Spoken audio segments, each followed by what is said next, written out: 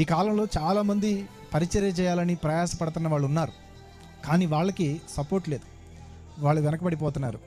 ఎవరైతే సంఘాన్ని నాశనం చేయాలని పూనుకున్నారో వాళ్ళకి మాత్రం విపరీతమైన సపోర్ట్ ఉంది. మీకు తెలుసో లేదో, ఒక సేవకుడి గురించి ఉదయమే ఒక వీడియో చూసా, చాలా బాధేసింది. ఆ వాక్యం చెప్పగానేనట అక్కడ ఉన్న వాళ్ళందరూ వెళ్ళిపోతున్నారంట ఉండకుండా. మీరు ఎందుకు వెళ్ళిపోతున్నారు, మీరందరూ కూర్చోండి అంటున్నాడు. ఎందుకు కూర్చోమంటాడంటే నెక్స్ట్ ఆయన ప్రసంగం ఏముంటుందంటే దశంభాగాల గురించి, డబ్బుల గురించి ఉంటుంది.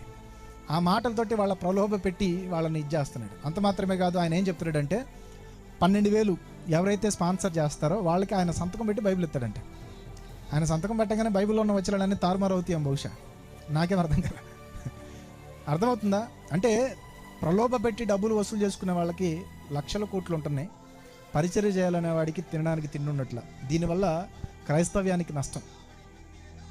ఇది విశ్వాసులు అర్థం చేసుకోవాల్సిన పరిస్థితి.